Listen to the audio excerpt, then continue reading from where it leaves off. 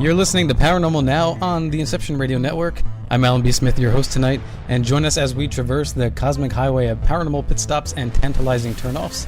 If you're a regular listener, we have an IRN smartphone app where you can listen live to the live stream from home, on the road, or from a greasy diner somewhere off a dusty road. The app also allows you to chat with other listeners, provides show lineups, and other information and tools. If you're just finding us, please like Paranormal Now on Facebook at Paranormal Now Radio or on Instagram at Paranormal Now.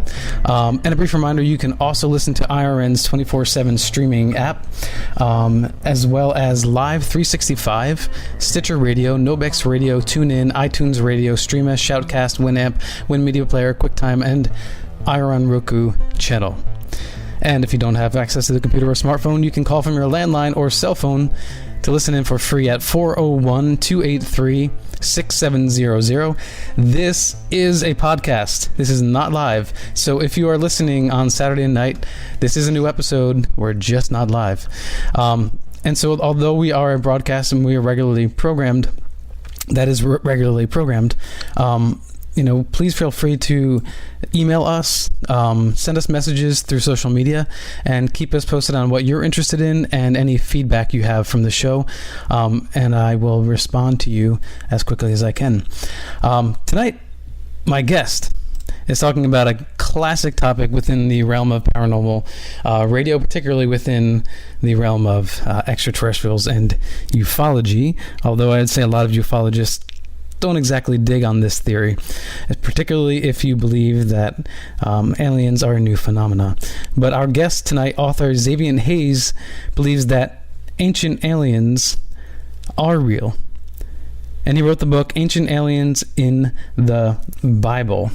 And he is also author of The Suppressed History of America, The Suppressed History of American Banking, Ancient Giants of the Americas, Aliens in Ancient Egypt, and a lot of these have subtitles, which I'm not going to read all of them. Elvis is Alive, and many more. So, Zaevion, I'm going to give you a chance to explain a little bit more about yourself to the audience, and welcome to Paranormal Now. Hi, thank you for having me on. Absolutely, yeah. Well, I'm just a writer, basically, and I'm interested in these sort of conspiracy topics. Mm-hmm. And I've been writing about these for a long time and researching. I mean, probably since I was about 12, I think, I saw In Search of. And it was the Coral Castle episode. Are you familiar with Coral Castle? Oh, absolutely familiar with Coral Castle, yep. So I've been there a few times. I think last time it was about a year ago, and I was happy to see that they updated their little visitor center and the whole, they got the whole tourist thing going on. So it's an important site for sure. It's better than it was before because I'd not been there before, so I don't know what to compare it to.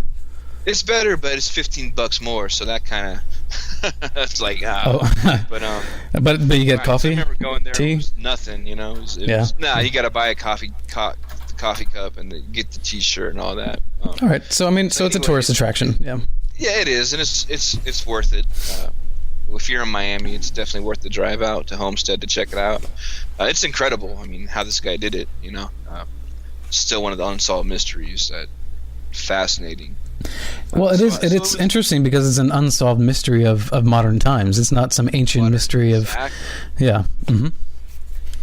So why do you think that is? Why do you think he didn't... Why do you think he did not reveal his secret or technique or whatever? Well, he probably didn't know he was going to die, and then everything would be stolen, right? He kind of did reveal. He mentioned that he knew how the pyramids were built, and he kind of left little clues with basically it would have something to do with magnets, right? And some sort of magnets and understanding of physics with the gravity, because there's a picture with a black box, and that's the key, and trying to figure out, is that some sort of magnet related device? I mean, what is that? Because it's really unbelievable how he pulled it off, and nobody knows. So but I think if go ahead. No, go ahead, finish your thought. Well, I think that if he had known to, because there's a lot of Masonic things incorporated in it. There's a lot of, the whole idea of Agnes being his lost loves is definitely not related to any girl. These are like Masonic code words. So I think he was kind of conveying this sort of esoteric hidden knowledge that he came across, and somehow was able to figure out how to make these sort of rocks levitate and make it light enough to move them around. Well, I guess I have to wonder if he didn't share with the public his technique for the Coral Castle. Perhaps he did share with somebody at some point, and there's somebody else out there that knows it, because it just seems odd to have access to such amazing technology, energy, whatever it is, and not share that. Yeah, it's kind of weak. I mean, how are you going to say, like, I know how the pyramids were built, and then not tell us? And then when you die, everyone goes ransack whatever's there, and maybe it'll pop up at a later date, but, it's been so long, and no one who was around during that time ever didn't know. I mean, he did everything in the veil of night, so. Well, Zaevion, I have a random question for you from Instagram. It's totally unrelated, but I have to ask you anyway. Glurp the Alien asked what your favorite food is. Do you know Glurp the Alien? I don't know. I don't, but they could add me on Facebook, and then they'll know more. That's a toss-up because I love Vietnamese pho. Vietnamese pho, wow. Yeah, that's very good. But I would have to say that Jamaican food, curry goat, jerk chicken, all the rice and beans. I think that's probably the best in the world to me. I could do Jamaican food, but yeah, I'm a vegetarian, so it limits my menu. Yeah, but I mean, the Rastas are all vegetarian, so there's true, but it's not often you find a restaurant that's like just a Rastafarian, style cuisine. Anyway, all right, so let's get back to the main topic if we can, because I only have so much time with you, and it's a broad area of research. I know you focused specifically on ancient aliens in the Bible, but it obviously goes beyond that, including research into ancient Mesopotamia. So a lot of people are familiar with the connections between these, the Babylonian cylinders, Mesopotamian cylinders, and the Bible, but some people are, and some people may just be getting used to this. So can you just give us an overall explanation as to how the two are connected? In the Sumerian context, you mean? In the Sumerian context, correct, yeah. Well, the Sumerian context basically comes from Zechariah Sitchin, Mm-hmm. 12th Planet, and a bunch of ancient alien-themed sci-fi type books. Right. And most of our history does come either Babylonian or ancient Egypt, right? Or even if you look into the Hindus in ancient India, they all kind of tell the same story. Right.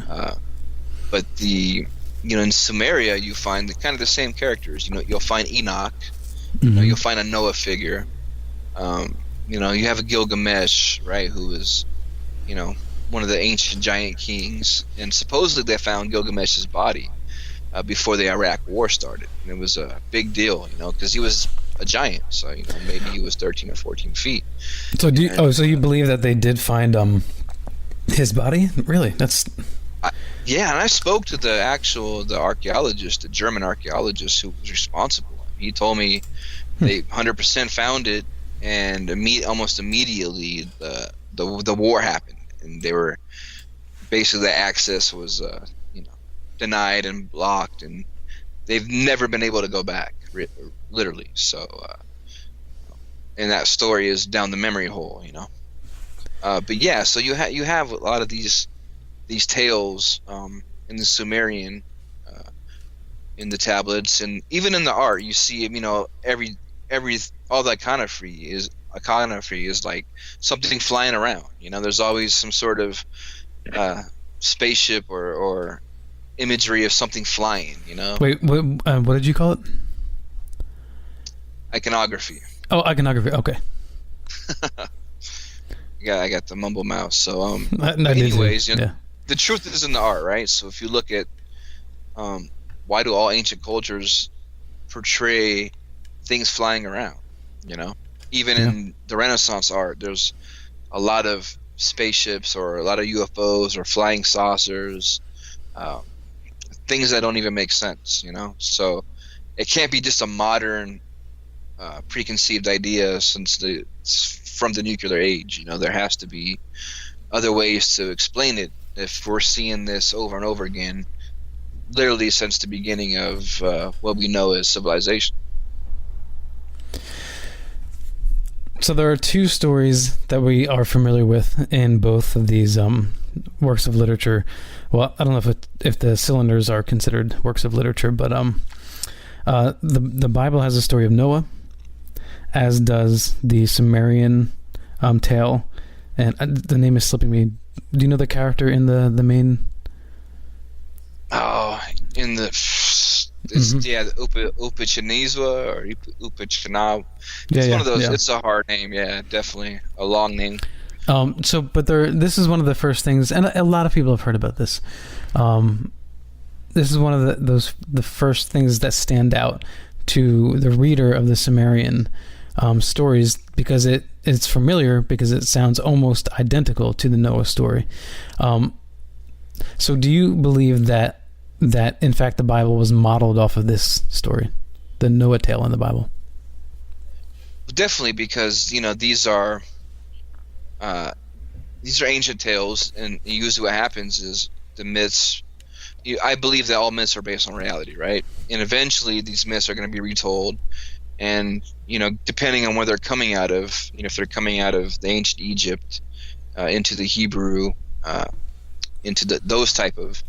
So there's going to be a replacing of characters with Hebrew characters, and basically, kind of re-editing of older tales. I mean, if these tales are 10,000, 12,000 years old, or 8,000, then you got 6,000. A lot of things get lost in translation, and then the myths and the oral traditions, they will remain, but everything's going to change. It's like you have the Jesus and the Mithra and Osiris, all these astrotheological occurrences that are basically telling the same story, but you can kind of look at it as astrotheology as well. 12 disciples, the 12 signs of the zodiac, and stuff like this. Yeah. And then you have the whole number of procession, which comes up in the 72, and 72 followers of Horus, all the instances with that you can look up. It's ridiculous. And these are just kind of talking about procession, something that they shouldn't have known, but somehow they knew about. So I think if you get into the ancient Egyptian and even the ancient Sumerian stuff, you're going to be surprised at how much of it is similar. Not all of it, of course, but the basic root stories and the important stories you are kind of there. So I think it kind of validates the Bible. It makes they're bringing other older things to light, and it's still relevant. I mean, people misinterpret it or whatever, but it's pretty interesting that there's so many people that could read the book of Genesis and not even truly understand what they're trying to say. Right. No, so I think that it's kind of a controversial approach that you take. Not for me, but for a lot of other people, because I think you're quite resolved, and you make a very strong, intentional point that you feel like people's understanding of the Bible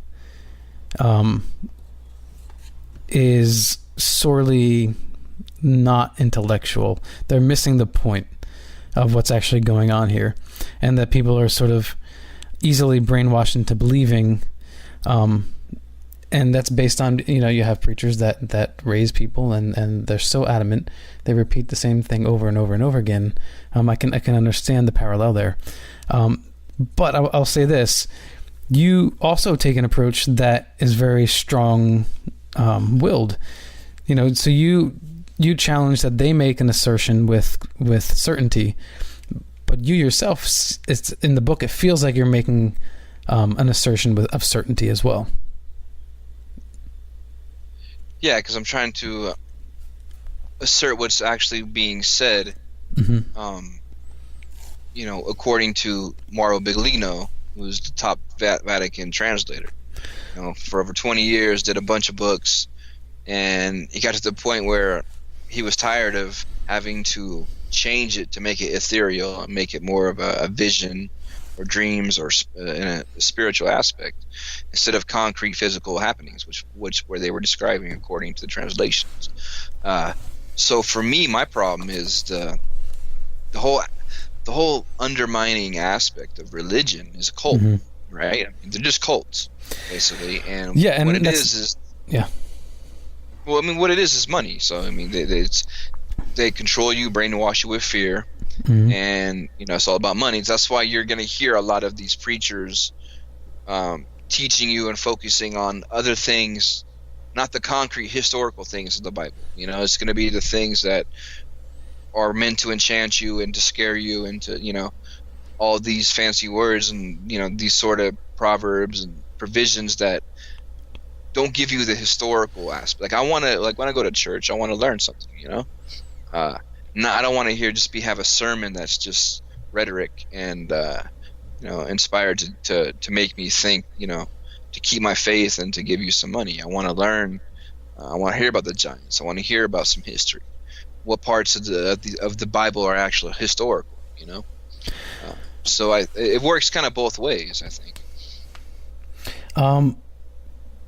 Yes, but I think that it does require some level of interpretation on both sides, right? So if we look at the Bible and we look at the evidence and we say, hey, this is quite convincing. We think that this is an ancient alien story, but you can't just look at everything literally, right? You have to have some interpretation on that side as well. Well, yeah, I mean, you have to be able to disseminate what you're talking about, like, because not everything is going to be clear cut and case, right? But the thing is to have an open mind. If there are modern UFO things going on, why wouldn't there be ancient UFO things? Yeah, if they're modern, and then you have to think about, well, how much of these UFO encounters today are actual UFOs, as in aliens or top secret government projects? How much of it is 80% of all UFO encounters flown by the military in secret projects? I mean, that's far more entertaining and logical, to think and to ponder on. So I think, but the problem is religion has such a grip on the world, right? I mean, there's billions and billions of people, and they're all kind of under some sort of form of religion. And what would happen if this technology, that secret technology, and what's going to happen with all of these structures that we're all a prisoner to, with oil, with everything else, So what's going to happen with the religious structure, with the financial structure, with, environment, technologies, if this is released, if this so-called alien thing is actually real. So this is from the introduction of your book. You write, it's a history full of incredible truths, ancient aliens, giants, advanced technologies, and lost cultures. It is also a history that all human beings share and deserve to know about. Of course, once this history is exposed, the three big religions will pretty much are null and void, and bankrupt both financially and spiritually. You see, these religious power structures, known as Christianity, Judaism, and Islam, are all dependent on you being afraid of God. You must fear going to hell and be subservient of the teachings and beliefs of a religion with so-called prophets that you must love and worship. End quote. As an ex-Catholic, I can relate to much of what is said in there, though I will say that when I was an active Christian, the whole purpose of my being a Christian was to enact love and compassion, and that, at least that's the church that I was raised in. Granted, yes, there was the fear factor, but it was very much culturally indoctrinated into me that that's not why you're a Christian. It's the positive message, but then you're forced to ignore a vengeful God, a spiteful God. I mean, those are facts, right? I mean, that is right. what you're faced with in the Old Testament in particular. But in the beginning, that you talk about aliens, giants, advanced technologies. So what was the first clue that stood out for you that something is not quite as you were told? What was the thing that stood out and you thought, wait a minute, there might be another story going on here, other than I've been taught? Well, I think you're right in saying that, the whole point of being a Christian or any of these sort of religions is to make you a better person and to teach you love and to teach, that's why the story of Jesus is timeless, because it's a beautiful story, and these are good things, the parables. But as for me, I can't really say one thing or another. I just kind of, when you're reading Chariots of the Gods as a teenager, and I didn't have a religious upbringing. Basically, like my grandmother, she took me to church when I was a kid, and there was the illustrated Bible stories and all of this. And those are great. Those are cool. I still have my picture Bible. Yeah, I love all that. I appreciated that, and it was really cool. But when I got a little older, I was never forced, to be a Christian or to be, whatever it was. There was no.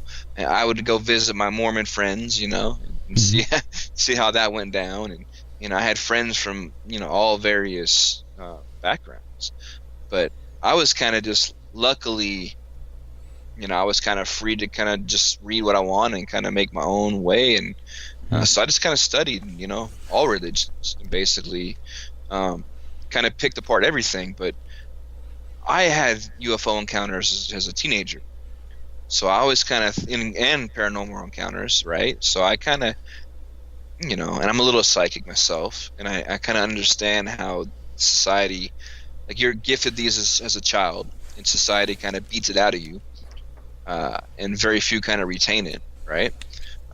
So I've always kind of known there's other things going on, and ancient aliens and Chariots of the Gods or modern aliens. Like I just kind of been into all this. I was never afraid, basically, to question or to even think about any of these things. And I think once you remove that fear, once you kind of, like, me and God are cool. Like I kind of grew up in a Rastafarian, basically that was kind of what basically saved me and guided me, right? Was the Rastafarian principles and all the reggae stuff, right? So, well, that always I always found that curious. What's it? Saleh Halastrum? I forget the Haile Selassie. Haile Selassie, yes. The fact that he was supposed to be the sort of savior and messiah, I see zero evidence for that, and I oh yeah, how do Rastafarians like reconcile that? It was a big deal for me to come across that and to kind of like, wait a minute. But then it was cool because I was like, yeah, that guy. I mean, obviously that guy's no prophet. That guy's a dictator. You know what I mean? Like, so that doesn't. It doesn't negate, right? It doesn't negate everything else, exactly. So, but the Rastas, like the hardcore ones, they need to know that. They need to like learn that, and then kind of be, not so much riding just dictators, coattails. The guy's a freaking murderer. I asked the people in Eritrea, about Selassie. You're not going to get a very Rasta answer, right? So, well, I guess that's the danger of religion, is that. For all it's good, you can turn a blind eye to something that's clear. Like Catholics, not all Catholics, but Catholics for a long time didn't want to hear about child molestation. They didn't want to hear that. But finally, it just got so blatant that they had to deal with that. Yeah, and it's still an issue.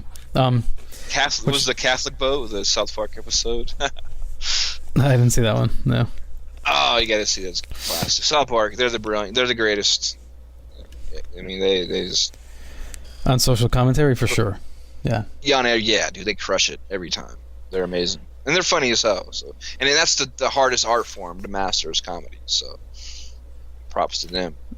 Well, yeah, especially if you're doing comedy that edgy and that challenging to institutions. Yeah, that takes a lot of careful thought. Mm-hmm.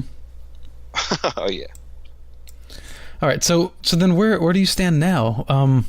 As you're reading through the Bible, and you've read through the Bible, and you've studied, and you've written this book and other books, where do you stand now spiritually? Do you have something that you turn to? Oh yeah, I don't think I've not really changed. None of this has changed my spiritual beliefs. It just kind of it strengthens, what I've always kind of believed. I mean,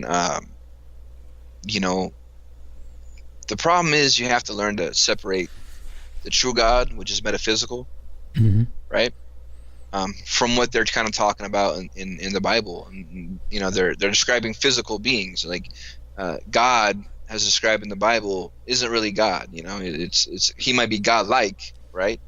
He might have the ability to alter genetics and be a superior commander of his space fleet or whatever, but that's not God, So, well, let's hold it there, and we'll come back from this first break, and we'll talk about who the Anunnaki were, and who do you think the gods actually were in the Old Testament. This is Alan B. Smith for Paranormal Now on the Inception Radio Network. My guest is Xaviant Haze, author of Ancient Aliens in the Bible, Evidence of UFOs, Nephilim, and the True Face of Angels in Ancient Scriptures.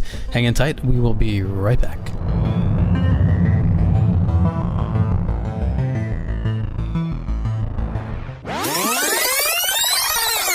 Welcome back to Paranormal Now on the Inception Radio Network, and my guest tonight is Xaviant Haze, author of Ancient Aliens in the Bible, Evidence of UFOs, Nephilim, and the True Faces of Angels in Ancient Scriptures.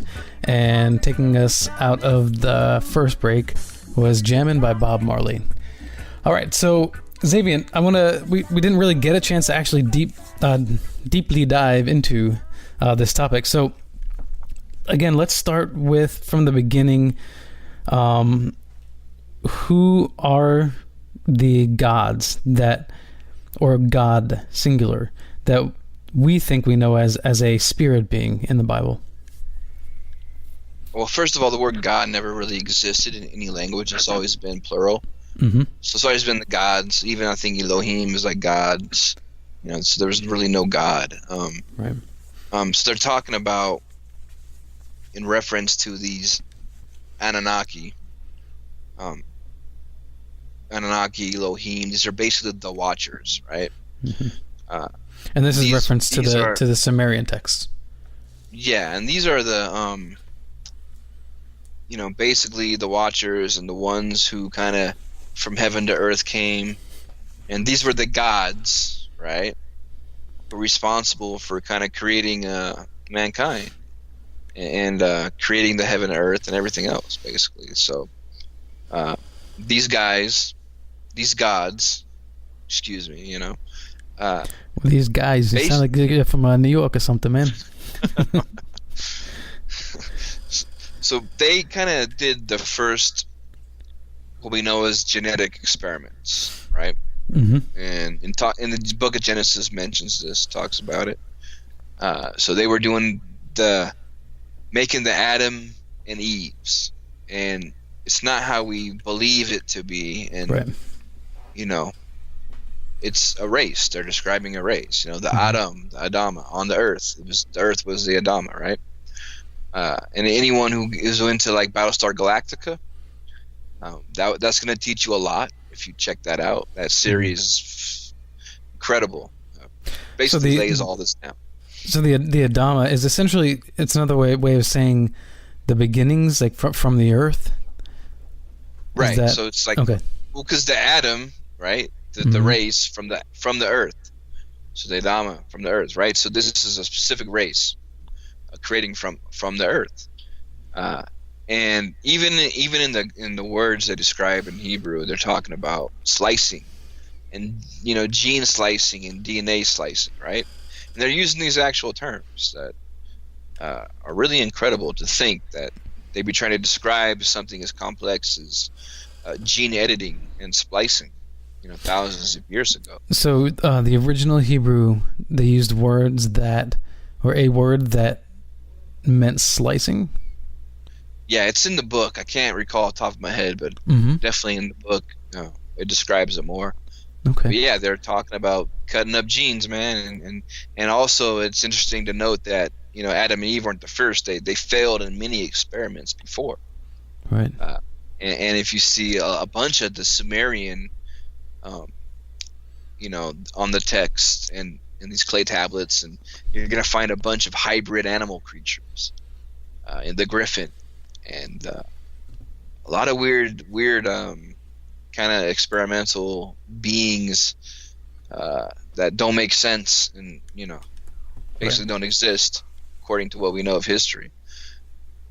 So if they were playing God, right, with these genetic codes and creating humanoids, because it says that when God made man and he made in his own image, so does that mean they're humanoid, right? They look like us, right? Yeah.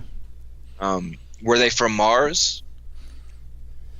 Good question, because Mars seems to be like Earth, and we could find so much ruins on Mars and so many fossils, and evidence of oceans, and even still there's water there, and blue skies, and all kinds of crazy things going on Mars. So, where did they come from? Mars? Something happened there, and they kind of came down here. Or? Yeah, the Mars thing always kind of didn't sound quite convincing, because imagine us. Imagine we were on this planet. This planet was going bad, and Mars was the good planet.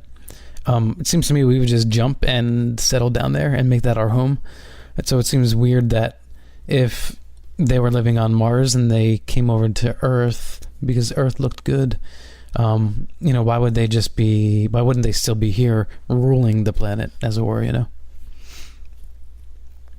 Well, that depends on what timeline that happened, and how, at what point, was Mars destroyed? Was Mars destroyed millions of years ago or 20,000 years ago, right?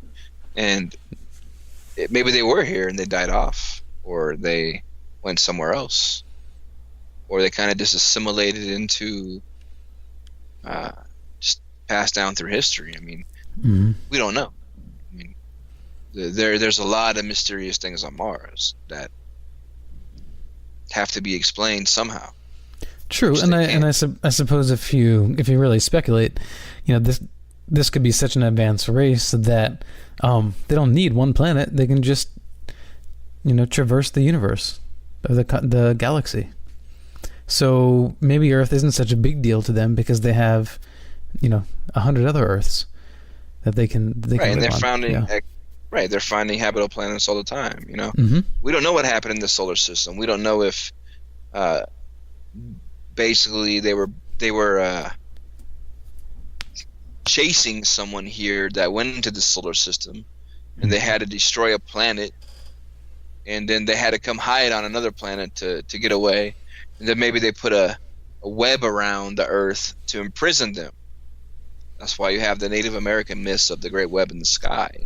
Right. Maybe they've been stuck here for so long that they've kind of been able to change the atmosphere, and they're trying everything they can with their secret space programs and maybe secret missions on Mars, everything they can to get out of here. I mean, who knows? Some of us feel like that right now. Okay, so the truth is you have evidence of things in the universe that make it so improbable and so amazing that we're the only people here. Like, it's ridiculous.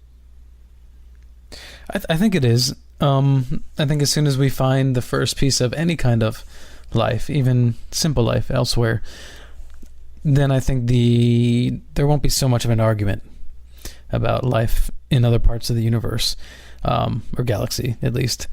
And it's not a big leap, I don't think, to think that there would be intelligent life, considering you have billions and billions of years and the primordial soup all over the galaxy. So yeah, I think that'll be good when we get to that point, but I think it would be better if we just find some evidence, clear-cut and unavoidable, uncovered up evidence, of life on another planet. I know there are telescopes being put out the next couple of years. One of them is the James Webb Telescope, and these are supposed to give us clear-cut evidence of whether a planet does or does not have a biological signature. And so I think within the next couple of years, this is going to become a huge topic. Oh yeah, the telescopes now are incredible. I mean, the Vatican has, just next level type telescopes. So yeah, I it's just a matter of time, Plus, it's a matter of slow disclosure. So they're going to roll it out slowly, no matter what. And when they find life, it'll be microbial, and of course, it'll be a slow disclosure. But then you have to keep in mind the final card of the New World Order, basically with the fake alien invasion. They got that up their sleeve. That's why most of this technology can't be revealed anyway. So, hopefully it doesn't come to that. I don't think it will. I think they're being defeated daily. So I don't think they're even going to get anywhere close to pulling that one off. But you still have to kind of, be aware of these tactics. Yeah. I think it is a slow disclosure. I know there are other people that think it's going to be a really slow disclosure, like 100 years or 200 years. I don't think so. I think it'll be much, shorter. Technology's too advanced for that. Well, that's the thing. I mean, just public technology is progressing so fast that right. you can't keep the secret in the box for that much longer, and someone else is going to. We should be more worried about being replaced by robots before that. Yeah, exactly. Yeah. All right, cool. And if you're just tuning in, we're talking with Xaviant Haze, author of Ancient Aliens in the Bible. And just a random shout out to Galaxia. That's GALAX_IA on Instagram, who is opening up a new place in the New York area where I live called Ambrosia Elixirs. It's a community soft opening out in Brooklyn. So if you're in the Brooklyn or New York area, check them out. Ambrosia Elixirs, soft opening. So I'm not sure when the official date and time will be up soon, but just keep your eye out for those guys. Okay, so let's go back to the gods. Okay, so your idea is that these gods are not otherworldly. I'm sorry, not ethereal, right? They're physical beings that were here, right. The Nephilim. Okay, so why were they here in the first place?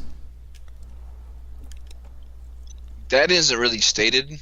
According to Sitchin, they were here to mine gold. They needed it for their atmosphere, which is plausible because, some other research and some other things I'm involved in, I'm into gold, and there's a lot of gold there's a lot of gold that I'm currently into right now, in history wise, and everything else. But gold is very scarce. Mm-hmm. It's I mean, literally, like, from all the gold we know, it could kind of fill maybe 2 Olympic-sized swimming pools. That's not very much. No, that's not very much at all. There's a lot of fake gold. There's a lot of gold mixed with copper and silver, which is most gold you see. But pure gold really doesn't exist. I mean, it exists, but it's, extremely rare to find. And the odds that you're ever going to see it, slim to none. Slim just left town. But you might get lucky. You might.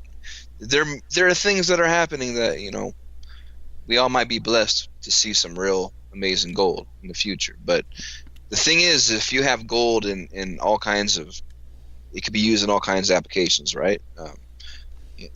So you have it for when they send stuff into space. Most of it's gold shield because it can protect, right?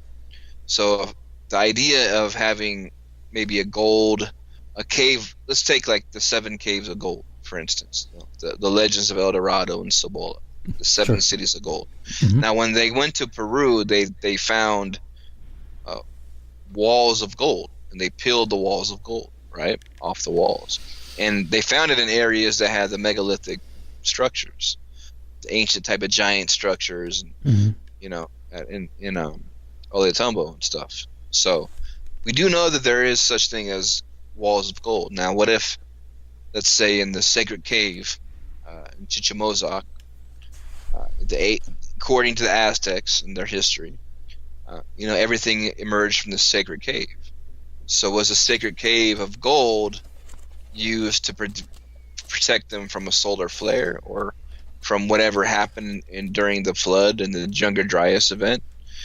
So the idea that these ancient, you know, even all the way back to what were these gods and what were they looking for? They're looking for gold, right? I mean, what's up with gold? You know, why is it untarnishable? Why does it look like it's literally the most amazing element in the world? And think about what it does to everybody. You know, gold fever. You know, the whole concept of money, right? So if we're just nothing but another mining colony, and they needed slaves or they needed whoever to build it and help mine, and we were basically created for this, it's kind of strange to think that how we still worship gold.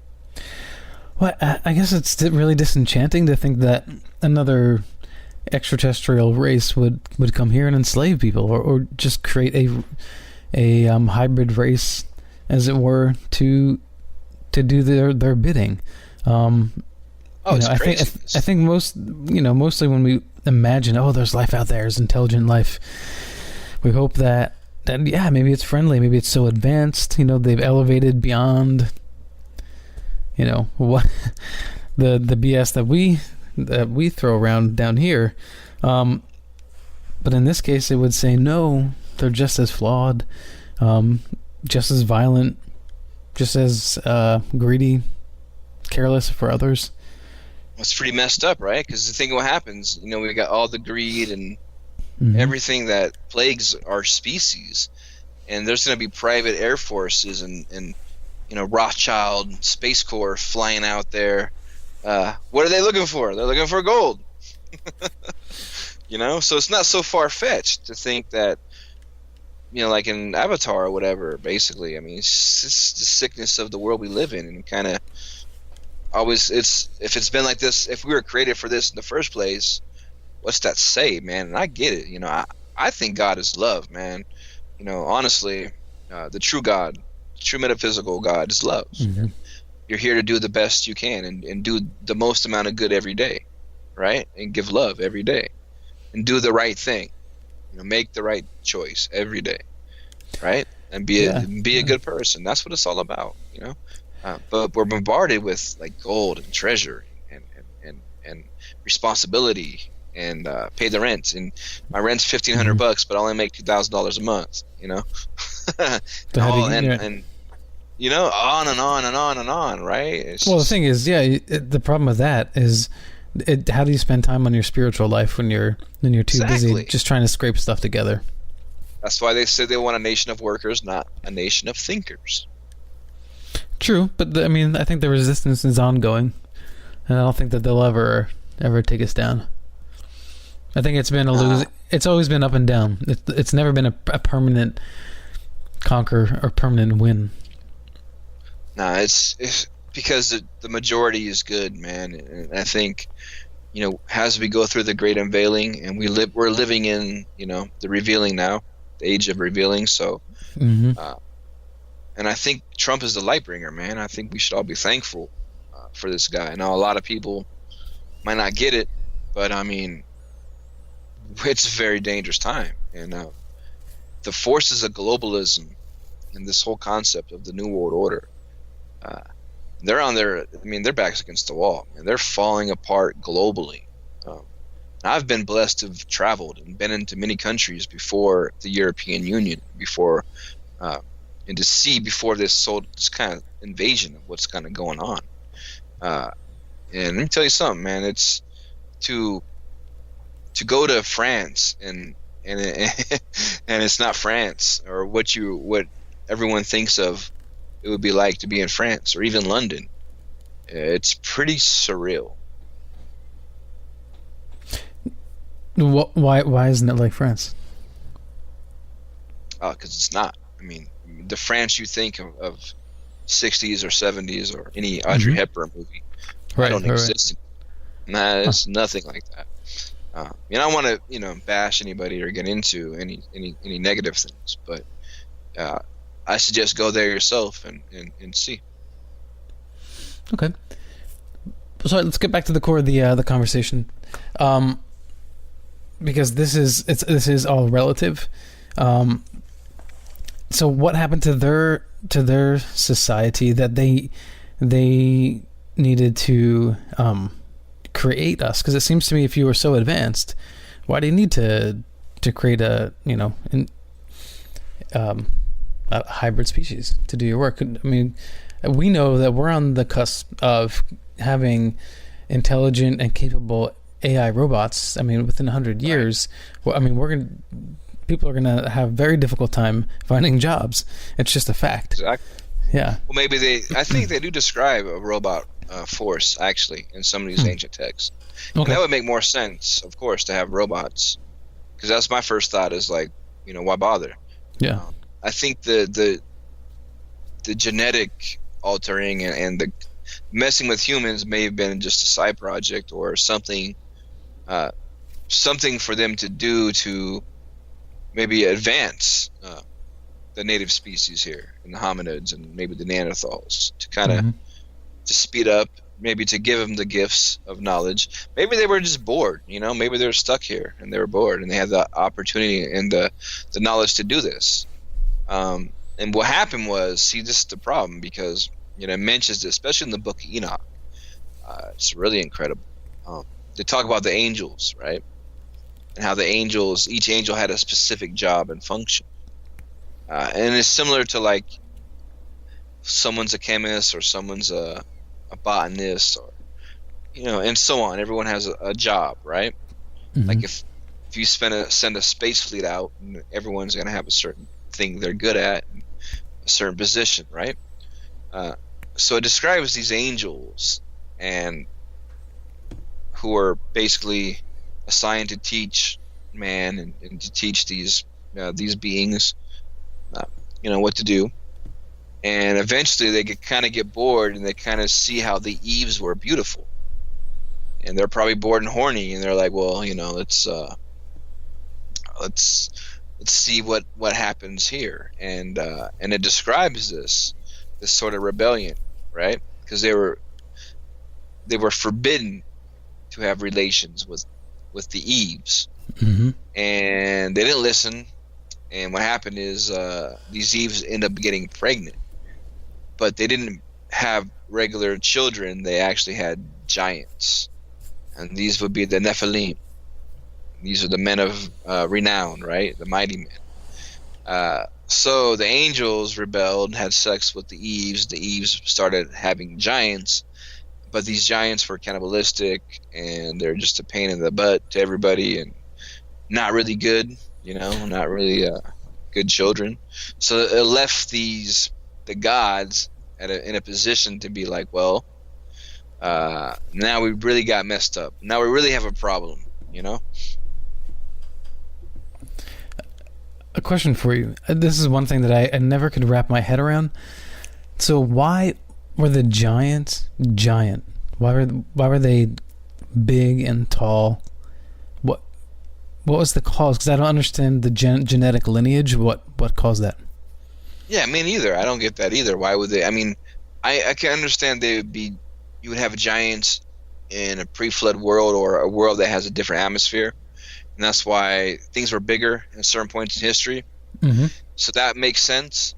But why would the angels and the Eves bear giants? Why would I don't get that. Yeah. I don't understand that. And it doesn't explain that anywhere, why they would be giants. Right. Yeah. It's kind of weird. Yeah, I don't think that there's anything that's written down, at least that we know of, or was written down, that explain that. And it's odd. It makes me wonder, is there some part of the story that's not being told for a reason? Was there something left out for a reason? It's possible, or it just got lost in translation. or maybe they didn't think it was that big a deal to even, Well, I would think so. You never know. It's yeah. I mean, since we're speculating anyway, I could imagine in due time we're going to be able to genetically, splice and manipulate our own children. So maybe the giants were the children, and they were just genetically manipulated to be giants for some reason. And that's how it went down. I don't know. Just totally guessing. But maybe that was a side effect of the.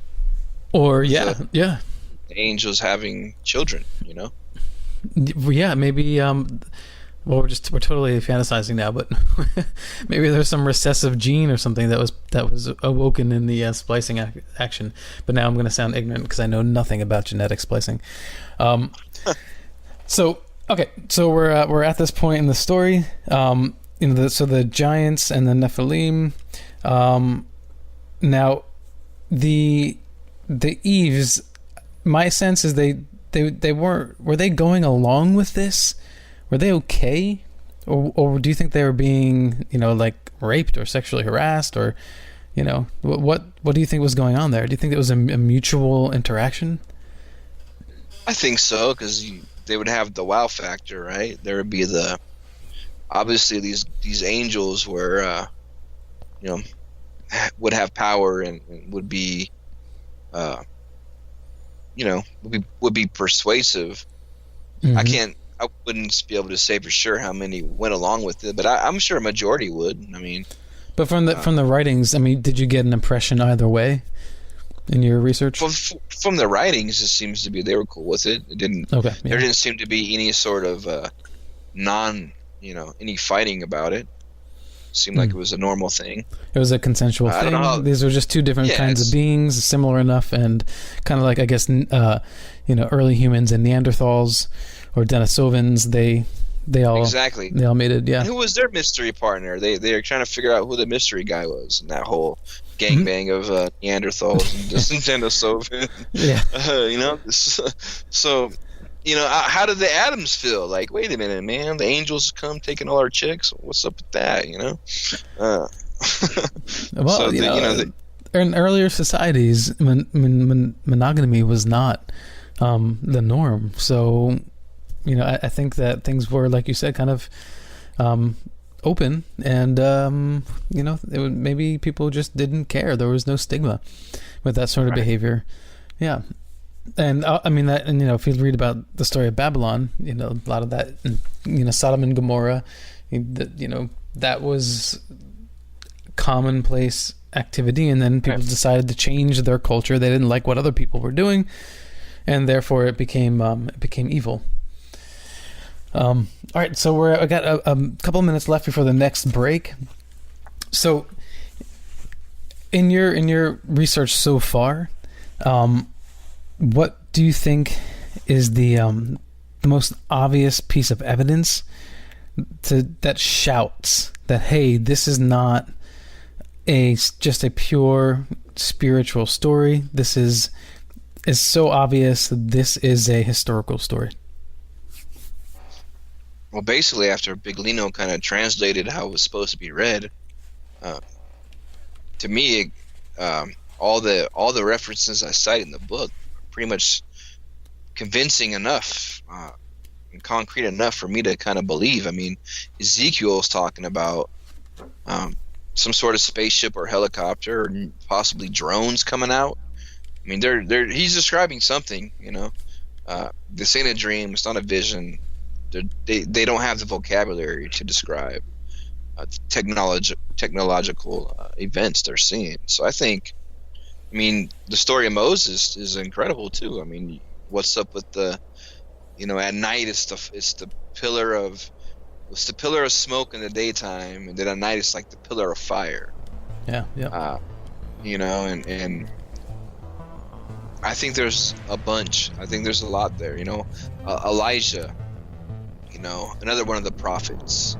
Well, we're going to take a quick break, and we'll actually get back to what let's discuss what the prophets saw, because I think that's one of the most fascinating aspects of this book. You spent a lot of time on that.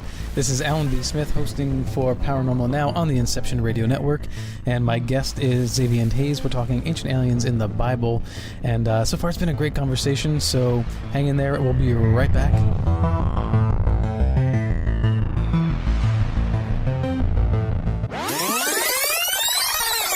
And welcome back to Paranormal Now. This is Alan B. Smith, your host on the Inception Radio Network. My guest is Xaviant Haze, author of Ancient Aliens in the Bible, Evidence of UFOs, Nephilim, and the True Face of Angels in Ancient Scriptures. Xaviant, where can people find you, and where can they find your book? They can find me on Facebook, about the only place that I seem to exist. And the book, Amazon, is always the best place to order the book. You get the best deals. But I guess it's in Barnes & Noble or wherever they sell books nowadays. Mm-hmm. Cool. And how many books have you actually written? I think that's available. I'm at least 10, I guess. I mean, that's crazy. How do you write 10 books? How do you have the time for that? Whew.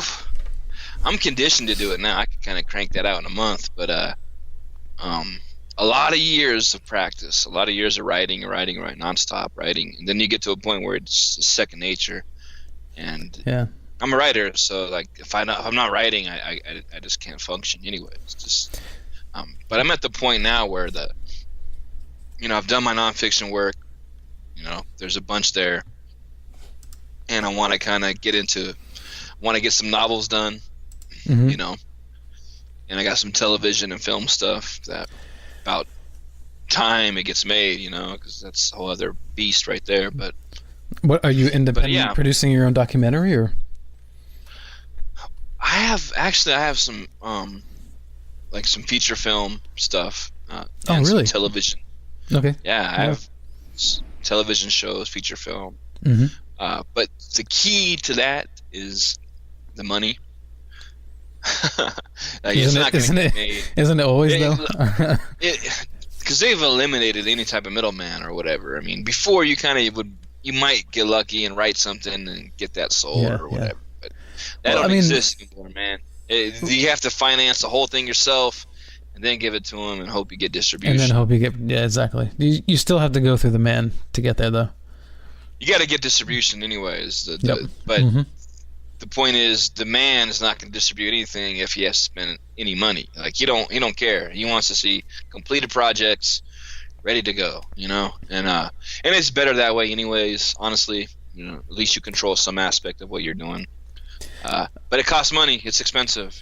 It's really expensive. I want to do the Errol Flynn movie with Orlando Bloom. It's going to really? cost. Wow. 30 million, maybe 40, 50. I mean, you want 40 million in escrow before you even holler at anybody, right? We're going to come up with $40 million, and even to get $2 million to do an independent film is a lot of money to come up with. And then how are you going to make any money? You do a documentary, unless you're doing some sort of television series, it's very hard to get a documentary to the point where it's valuable and where it makes any money to get your money back. You might be able to get it shown and seen, which is good because that's going to help you with the next one. But to actually make a return, it's very difficult with anything actually. So, but the point is, you do it because you love it and it's something you feel passionate about and you believe in it, and it's not about the money in that regards. You can't all the books I write, I don't do it because I'm trying to get paid. I don't care. I do it because I love it, and it's my responsibility to have this knowledge. I have to kind of give it back, and I'm capable of writing and doing it. My books, they have to be entertaining. I want them to be a fast read and entertaining and facts. I never try to put my opinion in them. I try to just make it entertaining and put the facts in. Draw your own conclusion. I don't know. I would argue a little bit on that one.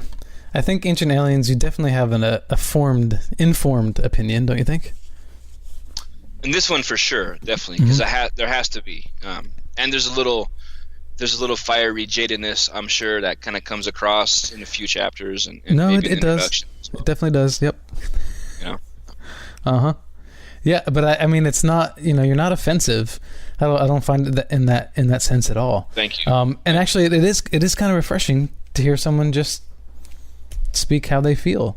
Because look, there's a ton of work on these subjects that are, where people are trying to be as academic. Not that yours, isn't well researched, but they're trying so hard to come across as dry and academic. You're not going to want to read that. Who wants to read that? Exactly, yeah. And I thought yours was, a refreshing change. It, wasn't, and this is not, I'm not knocking the writing at all, but it wasn't, it was somewhat of an easier read. It flowed. I could get through it. I can get the concepts. I understood your points very clearly. And, there weren't 500 asterisks for references that I had to refer to. Thank you. And that's the point. And that's like my main goal is to make it readable, man, and make it fast, quick. That's why I had to strip down a lot. I didn't use the Hebrew words in the tablets, and I felt it'd be a distraction, and it's too much. It's just too much more. I think if I could kind of strip it down to some of the basic keywords and explain those, I think it would work better. Right. Well, and that's not to say I think that the academic books where people are trying to fill the pages with as much reference as possible, I think those are important too. I just think that we need to have both, and one shouldn't be thought of as being at a higher level than the other. The author right. being at a higher level than the other, just because the writing styles and approach is different. But I mean, yeah, you use language that is almost slangish. I wish I had made some notes of some of the words that you used, but it felt conversational. It felt like I was sitting down with you and you were sharing a story with me. Thank you, and if you check out my other books, you'll see other styles, basically kind of the same in the aspect where it's entertaining. I want people to read it. I want people to be able to read it and get through it, and not be bombarded with such new concepts and new words and big fancy words. I have to get a thesaurus to look at. I'm definitely a true writer and definitely snobbish, and that's why I kind of want to get into fiction more. Right? There's more freedom there. Getting stuck in the nonfiction barrio for a decade was it's kind of tough, because there's so much work involved other than writing, because the research, the reading, being able to source, being able to you read a bunch of crap and then you got like maybe one sentence out of whatever you just read, if that, right? I mean, it's a whole other style, but I think it's important nowadays that people read, and reading, it seems to be like a lost art, which bothers me, because actually reading a novel or any type of book is personal between you and what you're reading. It creates your own little thing in your own head. Sure. And that's only yours. Like, so, and it's an ancient thing, and we should all be thankful that we can read and have the ability to actually have books, especially in an era when they're trying to censor everything. Right. I don't know if you're familiar with this, but have you ever heard of the Black Knight satellite? Yeah, I don't know what to make of that, because that's definitely a mystery. Well, for the break, I played Satellite by Dave Matthews, and then it hit me. I was like, oh, let me ask him about that. I don't know if I've seen very good evidence for it. To me, it just seems like a legend at this point. Yeah, that's what I kind of think. Maybe some space junk. I mean, I guess Tesla kind of supposedly identified it, but I don't think so. I don't think that's what he actually identified. Yeah, because Tesla, what he was expressing, it was like he was in touch with different entities, or some intelligent source. I don't think that he was saying he was literally downloading information from not that he had that phrase, but from a object that's rotating around the Earth, and that's where he got all his information. I think it was much more metaphysical than that. Exactly. Yep. Right. Okay. So let's get down to the nitty gritty, literal evidence, the literary evidence. So what are the prophets that stand out to you most? I know Elijah, Enoch. Enoch is one of the most fascinating characters, I think. Unfortunately, the four Gospels in the New Testament don't really refer to him very much, and then he was cut out of the Old Testament for the most part. So, what stories of these amazing prophets do you think were the most fascinating that made the connection between the Sumerian Nephilim ancient alien experience? Well, I mean, Enoch, he's mentioned a few times in the Bible before. They just kind of forget all about him, and they made his books almost illegal to read. He's definitely the most important because he describes, he was given a tour of space, and he's actually describing, how the Earth changes the higher he gets, right? So he's a very fascinating character. I like the whole Lamech. I'm not sure if Lamech will qualify as a prophet, but he definitely was someone who had an interesting experience, and I believe his great grandfather or his grandfather was Enoch, I think. So Lamech basically, he found out the hard way that his wife was kind of getting freaky with one of the angels, and then when they had a son, it was glowing eyes, right? It's he noted how it didn't look like him. he was suspicious that I might be a son of an angel, and right? I think anybody would, although most of us wouldn't blame an angel. Well, yeah, exactly. And he had to go all the way to to wherever his grandfather Enoch was to say, hey, what's going on with this, right? So I think that's Enoch, who was at that point, he was supposed to have been taken away on a spaceship, right? Or is that Elijah?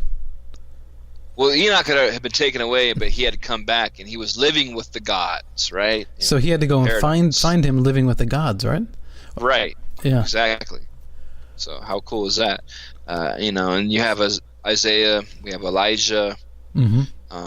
The thing about Elijah was interesting because, he goes up, because all these encounters usually happen on top of a mountain, right? I guess, the spaceship, because it's always rumbling and earthquakes and, the big noise attributed to these, the gods, these heavenly chariots, right?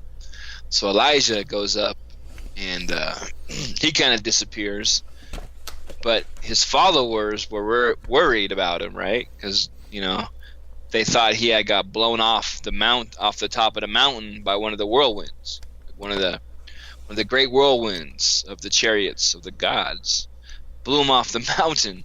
So they spent like 3 days in the valley looking for him. It's pretty interesting because if this was just a vision, they're not going to be walking around the hot desert for 3 days looking for their friend. Well, I think what I like what you did in the book too is I think you tried to explain that in a way that was much more advanced technology than rocket technology, because so many times I've heard the ancient alien theory and they're talking about equivalent to modern day rockets, and it doesn't seem to ever make sense to me that a species this advanced would use rocket ships to land and take off. It just, I don't know, it just seems like that's where we are now. That's not where we're going to be in 100 years plus from now. So why would these ultra progressive, species use old technology? It doesn't make sense. Yeah, I never got the whole trying to project the rocket into ancient history. I think even Sitchin kind of found a relief where he tried to say that it was like some rocket or whatever. It doesn't seem to make sense. Think about what have we done with the rocket now? Like the rocket's pretty much useless. What's it do? I mean, really. I mean, kind of goes straight up a little bit, get some stuff to a space station. It's utterly useless, and they know that. They know that no matter how advanced the rocket is, it's okay. Look at the new stuff we're seeing about the fake moon landing, right? And they're like, well, if they landed on the moon, where's the evidence of the rocket coming down, right? Of the propulsion from the lander would just blow away everything. It'd be, if it's a massive ordeal to lift off, it's going to be the same thing coming down. Any final evidence of this, right? And you certainly can't get close. You can't get close to that either. I mean, hell no. Yeah, no, you're done. It'd be like Moses, right? He was warned, and he goes up, and he has to go in the cleft of the rock and kind of shield himself from whatever was flying over. And then he goes up and hangs out with them for 40 days, and he comes back and his face is all messed up, and he has to wear a veil, right? What is up with that? Well, when I read that and the way that you explained it, it sounded to me more like radiation exposure rather than, possibly, or some kind of radiation exposure rather than, just a flame or heat source as such. Because if it really was a rocket, I mean, he'd just be singed and burnt alive. That's what I'm saying. Exactly. Yeah. Definitely some sort of radiation. I mean, what is that? Like, how come no one's been like, wait a minute, that don't make sense? And then you have Moses, which is another Egyptian kind of character in the Egyptian story. By way of, and then you find that also in Sumeria. But you're taught to believe that Moses' magic was good because it was from God. He had the real magic. The Pharaoh's magic was wicked. Right? As if they're battling Chris Angels or something. What's going on? Right.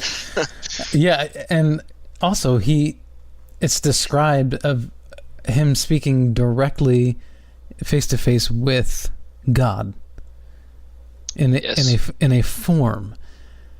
In a form.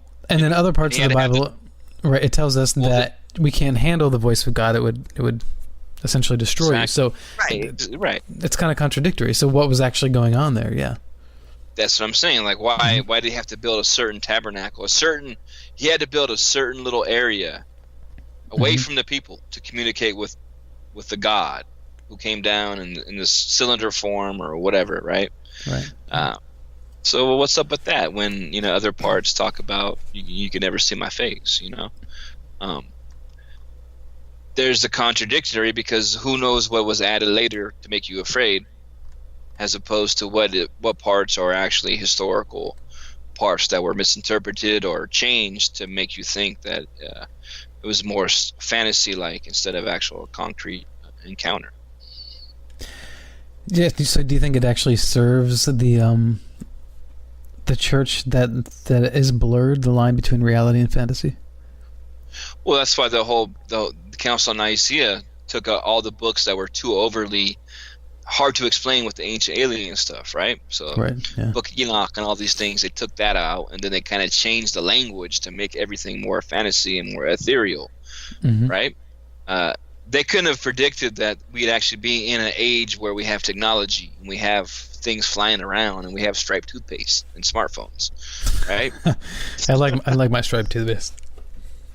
Yeah, actually, I don't use it. No, I hope anything with fluoride in it you should avoid. Get Tom's a Man or whatever. Make sure it's children's non-fluoridated toothpaste, strawberry. It's very good actually. It's way better. It's amazing. The whole fluoride conspiracy is incredible. I don't know if you're up on that, but that's a whole other one you can kind of look into. Yeah, I am. But so I just want to clarify. Do you think then that whoever Moses was speaking to was a single something or someone that was ahead of all of these races, or the nephilim, or whatever that group was, or when he was speaking, was he speaking to different people? Was it a platoon? I mean, these are right.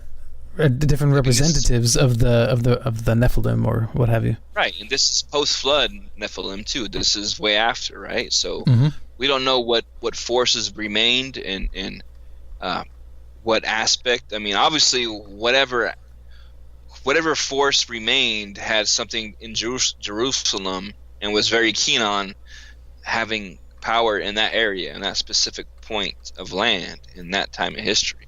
Right. For some reason, whatever. I mean, it's just how it is. But who's to say that it was a team or it was one, maybe a certain crew that was kind of just still had the technology, but maybe it was ostracized, or maybe it was not part of another form of their prior team. Who knows? Or maybe it was a different type of alien altogether. Maybe it was a different, because you still have the reptilian aspect and all that. We don't know. Yeah. There's more than one, I'm sure. Yeah, and that's what I wonder, because you made the point perfectly. It was post flood. It was post the initial warring, between the factions, Enki and Lil. Right. So then, what was left exactly? That's the question. What was left after that? And that's the $1 million question. We can't. I mean, for me, we don't know. I mean, I can't say. I don't know. I wasn't there. I would love to be able to time travel and just at least look and see what the hell was going on back then, right? It could be something as simple as future time travelers. Who knows? I don't know. Right? Do you have a space for an actual God in all this? Personally? Well, no. Within the story, is there room for an omniscient God? Nah, I mean, the metaphysical God wouldn't be involved in any of this, because he's not gonna care about leading Moses to. It's metaphysical. It doesn't build things. It's not even bound by those laws, right? I mean, that has nothing to do. Whatever they're talking about, whatever Moses was dealing with, whatever these prophets were dealing with, these are physical characters. These weren't gods. They might have godlike abilities, and highly advanced. I would assume, but right. These are physical encounters that far removed from the actual, what the metaphysical principles and the metaphysical, like the laws of the universal laws, man. You could call it whatever you want. You could give any name you want to it, but they're all bound by certain things, karma and certain rules that are just always going to exist, right? So I'm not sure why there was such an emphasis on Israel, and I could see how over time the Hebrews would want to change it, and literally, if you're going to be around, because we know this, right? History is written by the winners, so if they've been winning since that time, they're going to kind of change a lot and introduce a lot and kind of put them at the center. That's why all this, God's chosen people and all this stuff. Like how on earth that is still somehow relevant today, and they're able to kind of convince people even to this day. I mean, that's pretty intense and pretty amazing. So what actually happened back then to give them that sort of chutzpah or whatever, Mm-hmm. Yeah, well, I think that it's true that the victors write their own history, and that's true of the ancient Jewish people as well. But they were also persecuted. So during times of persecution, you want to feel like there is a way out. You're not just an oppressed, meaningless people, right? You have value, you have meaning, you have profound meaning, and so you write history within your religion that gives you that meaning, and that's true of any time and any place. So I know what you're saying. Yeah, that it's ancient. So how did that get passed down? Specifically, that the Israelites were the chosen ones. I think it's as simple as people want to feel like they're the chosen ones. That no matter what happens, they're going to be taken care of in the end. Right, but you find this in the same thing as Islam, right? My book, this is my God, this is the only book you can read, right? Christianity, kind of same thing. King James Bible, you find this in the principles of the Abrahamic religions, and the people who only, practice Islam since they were a child, or practice, Hebrew or Judaism, whatever. If they only do that, and they never look to what the ancient Indians had to say, and if they don't read the ancient Hindu texts, right, the Ramayana and the Vedas and the Bhagavad Gita and all this, they're going to be missing out a lot, and they're not going to be able to piece together the puzzle. And if they don't look into what the Native Americans have been saying, they're not going to get that as well. They're just going to be stuck in one paradigm. When you look at the ancient Indian stuff, it's like, whoa, okay. Because they have no qualms. They're all about ancient aliens and ancient freaking nuclear wars. I mean, they're all about it. It's like, yeah, that's no big deal. Right? So it's like, whoa, wait a minute. And here's another ancient civilization with megalithic structures and incredible history. And, maybe we should kind of listen to what they got to say. And then you look at the Native Americans, and, they're all about star people and ancient aliens, reptilians, and it's not even a big deal. Giants, man, they're fighting ancient giants way back, So I think it's kind of a universal thing. Our consciousness now is expanding. We have a sort of universal consciousness, anyways. So I think with the internet, the internet is a great tool because it allows you to have information, right? And you can look up anything, and you're in a position where there's no excuse to be dumb. The problem with the internet is but the same thing is the internet is also a dark tool because it killed attention spans, and it made it can make everyone pretty much drooling zombies, right? Yeah, it's the zombie effect. I think you can see it clearly here in the metropolitan area, New York City, greater New York City area. There's my wife and I were just talking about that today. Today, people are walking down the street, crossing intersections with cars and people, and they're staring at their phone. It's crazy. It's crazy. Granted, it's not everybody, but it's enough that it is troubling. What the long-term effect of this is going to be, other than just sort of zoning out life. And then, of course, there is a life within the phone. You can still have a social life through the phone. I get that. I do that too. But when you're in the, the three-dimensional world, people, more and more people are disconnecting. I see it for sure. I don't think it's absolutely dire yet, but it could be in time. Anyway, we're coming up to the transhumanism. Oh, exactly. Yeah. That's the next big scare, right? Other than water shortage. All right, coming up on the next and final segment is Xaviant Haze. We're going to continue speaking about his ancient aliens in the Bible, evidence of UFOs, Nephilim, and the true face of angels in ancient scriptures. This is Alan B. Smith on the Inception Radio Network. Hang in there. We'll be right back.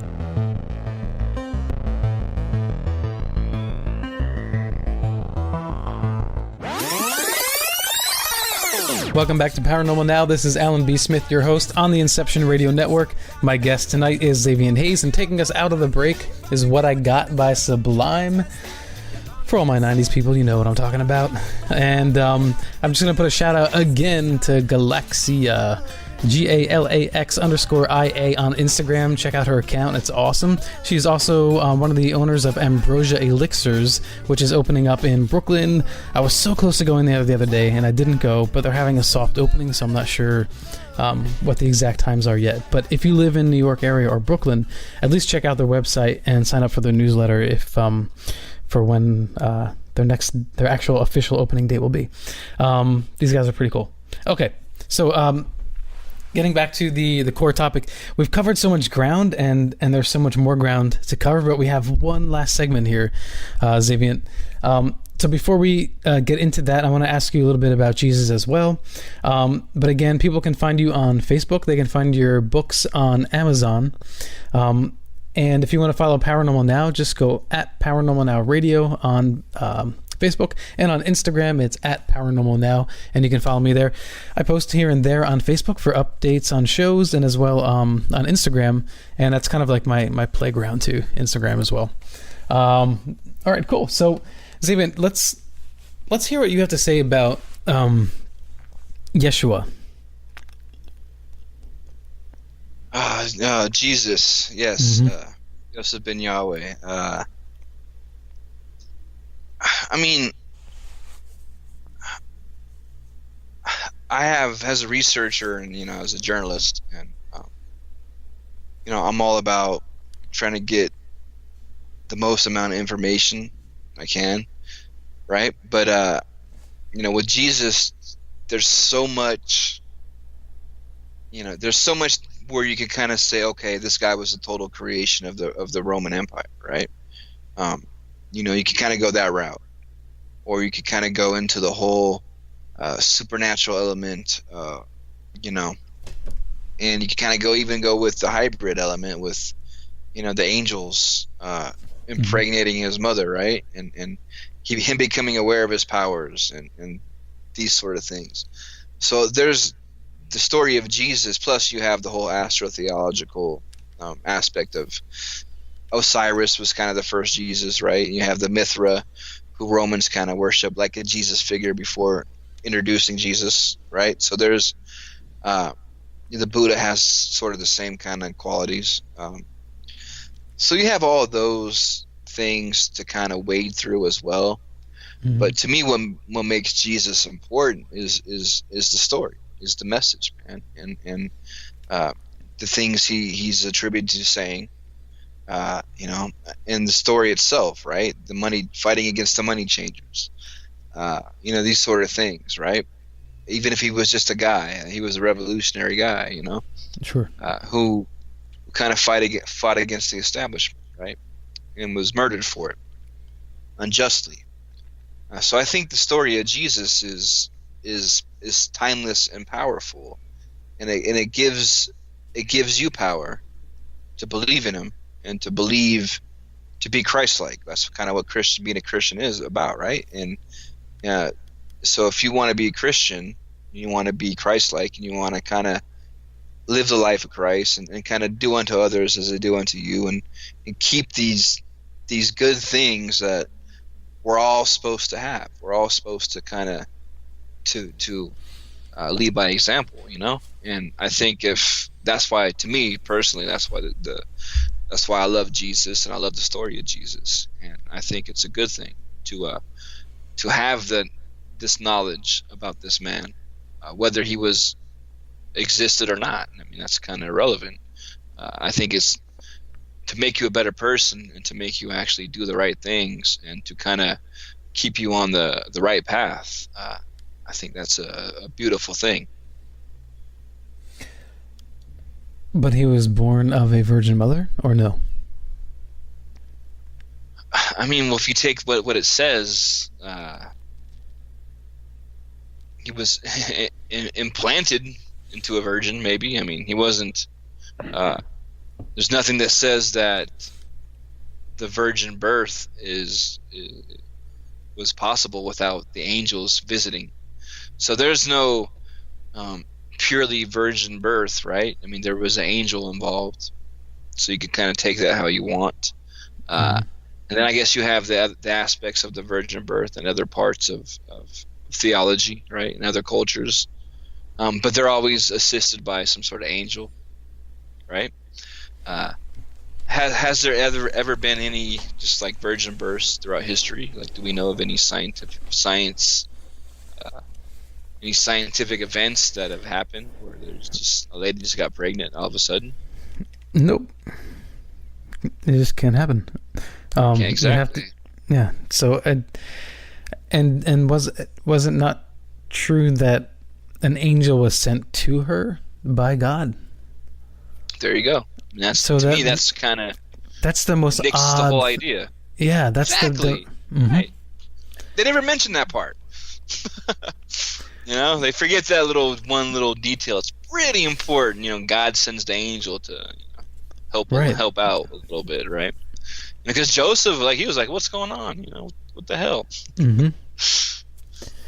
Yeah, and I mean, poor Joseph. But I think we're supposed to get that he got it, that he was cool with it, that it wasn't like actual intercourse. But then why send an angel down? Why didn't she just wake up from her sleep one day and or just walking down the street, God just came into her and said, "Okay, here we are." It's you would think that if God is that omniscient, all-powerful being, you wouldn't need an angel to you wouldn't need an angel, right? And then to be you look at a surrogate. Yeah, what do you need a surrogate for? It's very strange. Because if you need a physical surrogate, then it sounds like physical sex to me. Because angels are they not described more as physical beings than ethereal? We know, right? And we know from the story of Lamech that they got busy with. They like the Eves, Mm-hmm. And they're but I know still there are different categories of angels. So so I just wasn't sure if they were in the Old Testament, the original writings, that were they considered to be physical beings on the earth, all kinds of angels. Because there's only one word that basically agalos, right? I mean, and it describes them as physical emissaries, right? Now, I do believe in angels. I've definitely had a few angel encounters for sure, and I think that in the metaphysical world, we will encounter. They won't even. I mean, they're not angels themselves. They just might happen to be in a position where, in a metaphysical sense, there's definitely some angelic things going on, and I think we can all I think we've all had these sort of encounters, right? And that's a metaphysical thing, but that is not what they're talking about in the ancient texts at all. These were actual people, So we have the aspect of the angels, and one particular angel, right? Who kind of, I mean, what is that? Like, hold on, God sent His only Son, right? But it wasn't really His son; it was like one of the angels' son. What was that about? It's right. And heavy-duty stuff. No matter how you interpret that, Jesus did have these powers. So, right. In your assumption, what do you think? Where do you think those powers came from? I mean, these are supernatural sort of powers that had to come from. If it was hybrid, if it was some sort of alien powers, it'd have to come from that some sort of lineage like that. If they were true, if they were true powers that He had, because then you got to think like, well, was Jesus just sort of a magician? Was He a master illusionist? Right? Was He tricking people to walk on water? Was He levitating? Or were these real things? Did He really have the somehow? He had sandals with hoverboard technology in them or something, right? I mean, well, I think they would probably. I mean, unless they're really well, disguised sandals, if they're like these super slick, like metallic or Nike looking, sandals, I think that they would probably wrote that down, but they didn't. They didn't say, because the other supernatural occurrences are explained in some way, right? They see the fire, it looks like this is how it was done. Whereas Jesus, his miracles, it really does seem to sort of just come out of Him. Right. And the whole thing, we the whole missing years of Jesus, he started, it's kind of like X-Men, you get to Xavier at the Professor X's academy because they know you got something wrong, you got some sort of powers. And then when you're there, you're now it's unchecked, now you're doing all kinds of cool stuff, and you're turning fish into jerk chicken and whatever, and they got to send you away. Now, like, oh man, now he's starting to get too comfortable and too, going too experimental with this power. So we got to send you away. Is that what happened? They send him to Tibet or something to figure out how to use his powers better. Maybe he was going to be a show off, and who knows, right? But the thing is, like, you have these missing years of Jesus, which are also fascinating. And then he comes back, and he's just he's the man, right? But and you have the Masonic elements, the 33, and you have all these numerical clues and symbols, and but yeah, it seems to be that once you read the Jesus story and you read more into it, the supernatural elements and the magic elements, he really takes on a whole different life of his own, other than just being some sort of preacher, right? I mean, it's, the act of riding the donkey into Jerusalem, because he knew that's what the prophecy called for. He knew that's what they were going to be looking for. So he knew how to push buttons already. He already knew. He knew he was somebody. But to the extent of, did he know? Was he had some alien powers, or was he just a good magician? Whatever. That's a point I hadn't thought much on. I think that you made. He knew the prophecy. People knew what the prophecy was. So it's not that hard to emulate the prophecy and make yourself look like the prophet. Not that I'm saying he wasn't, and I'm not discarding all of it. I'm just saying that you can't rule that out. No. All right, yeah, it's fascinating. But taking it from this ancient alien point of view, what would have been the point of Jesus? Well, I kind of put it out there that maybe that they were at a state in that point in history where there were very few, and they kind of maybe were losing. Maybe they had lost most of the technology, and they lost the sway over the people. Mm-hmm. And I think maybe introducing a Jesus-like figure might have been some sort of like last hurrah for them to try to get control back, or maybe to kind of remain relevant in a world that had moved on. Because when we think about the time of Jesus, man, it wasn't really that long ago if you think about it, because this is when the Roman Empire was, running the world basically. So, and we can still go to Rome and we can see the Ark of Titus, and you can see him, with the menorah, right, and taking the stuff out of Jerusalem, right there in your face. So, this really wasn't that long ago. If in the terms of, if you think about billion years old, millions of years old, right? I mean, the Romans weren't that far removed, man.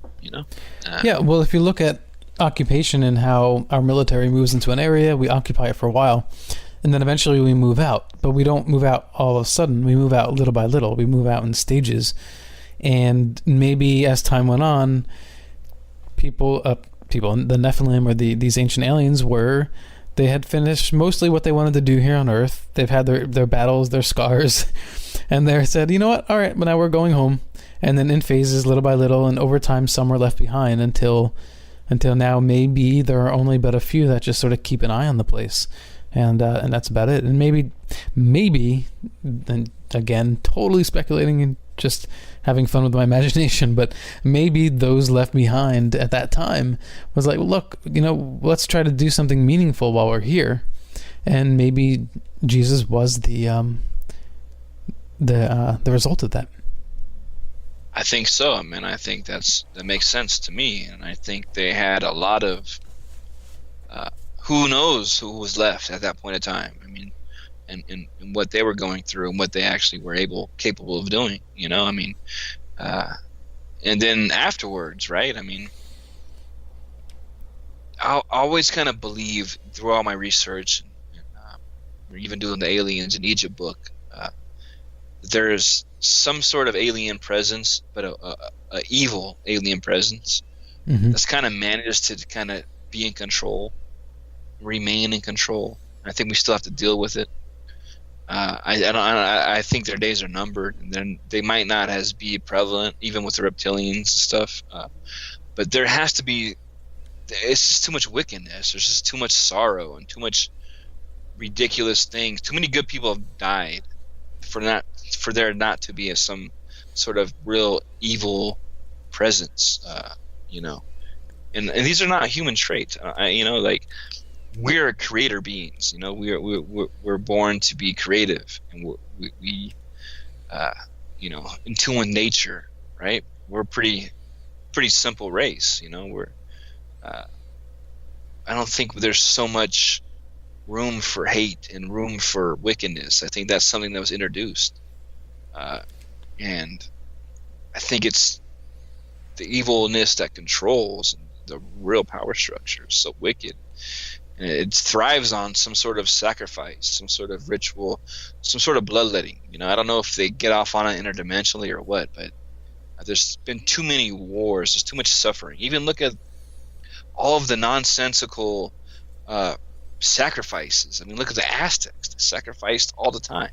All ancient cultures are like obsessed with sacrificing, even in the Bible. Abraham, right? He was going to sacrifice his son until God was like, hey, maybe you probably should rethink that. What's up with this sacrificing? So I think there has to be some sort of wicked, evil alien presence that's kind of managed to stick around and to control things.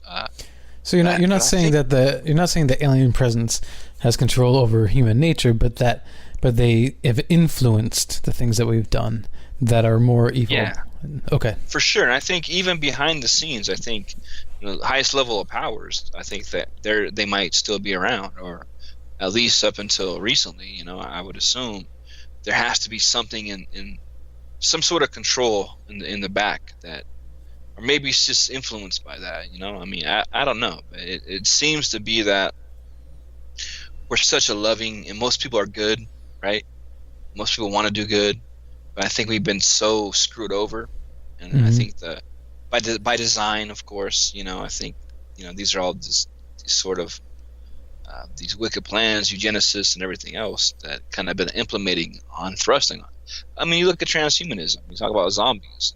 I can't even barely go outside because it's just too much, man. It's just too much zombies, too much sorrow, too much for me, a sensitive person and an artist, and someone who's aware of all this and who writes about all this. It's like,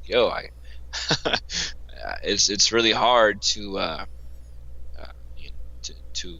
see the state of mankind as it is today.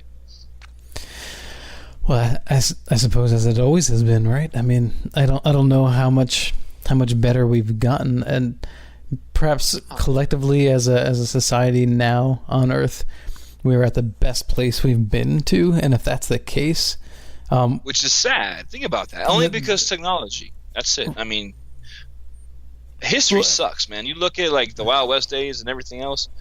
Pretty crappy time to be alive. Pretty much every point in history. I mean, imagine like Civil War, then after the Civil War, how much that sucked. Crazy. Right. I mean, people back in the day had multiple children because they knew it wasn't a hope. It wasn't a doubt. It was a fact for most people that you were going to lose at least one of your children. Right, and I don't think people can grasp that today. And you're poor, and you needed more people to work the farm or to do whatever. I mean, it's just... Well, of course. So if you only have two children and one or both of them die, so it makes sense. Whether you want kids because you love them and or you have, farmland to work or what have you, you had to have more because there was the morbid fact was always hovering over your head. The thing is, there are people that still live like that today. There's just those of us that are lucky enough to... to live in a society where we don't have to worry about that. And that brings me to another... and that brings me to another question, which I had sort of alluded to earlier.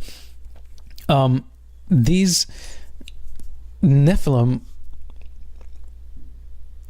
do you see any sense, other than our topic about speaking about Jesus as a possibly benevolent effort, on the part of the Nephilim. Do you see any other evidence to show that they actually care about our well-being, that the future of us as a species? Oh, absolutely. Really? I've seen, yeah, and I see it in the nuclear aspects, because there's been a few instances where they have kind of messed with our nuclear capabilities and have kind of shown that they know what's up.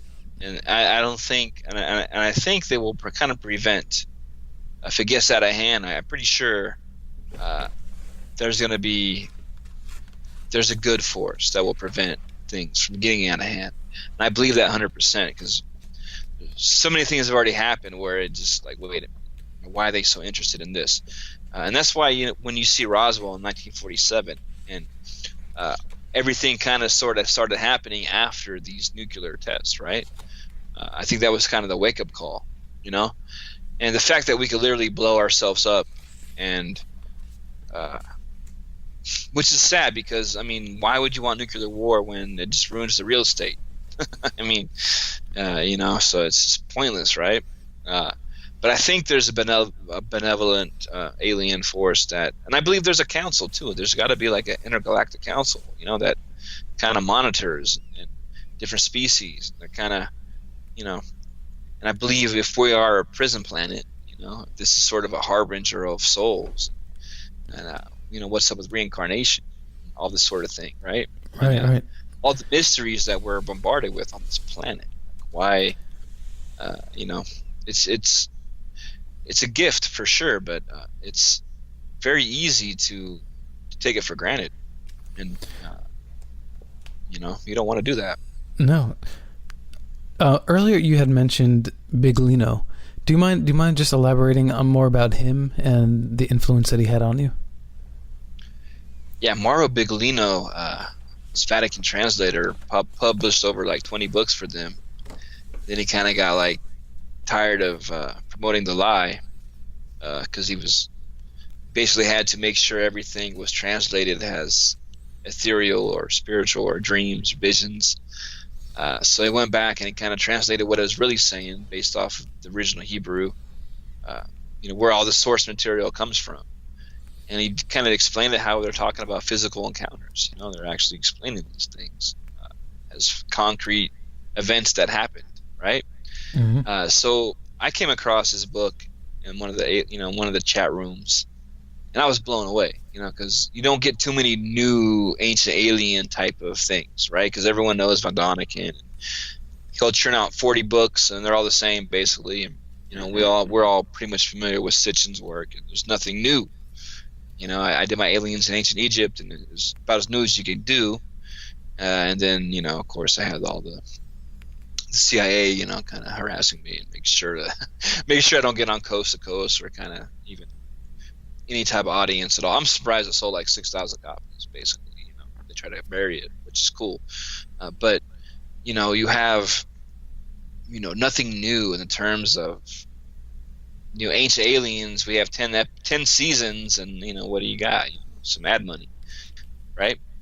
So when I read Big Lino's work, I was impressed, and I got a hold of him. I was able to get a hold of him and get his permission, because I kind of wanted to use his works and kind of rewrite and expand on what he was trying to say. And he wrote the foreword, right? He gave me his blessings, and incredible man, very brave man, so I kind of took something new and put my spin on it and kind of made sure it reached a Western audience, a new audience. And I think that it's a controversial topic, and I think the work's good enough that it'll stand up, Mm-hmm. I hope this doesn't scare too many people away.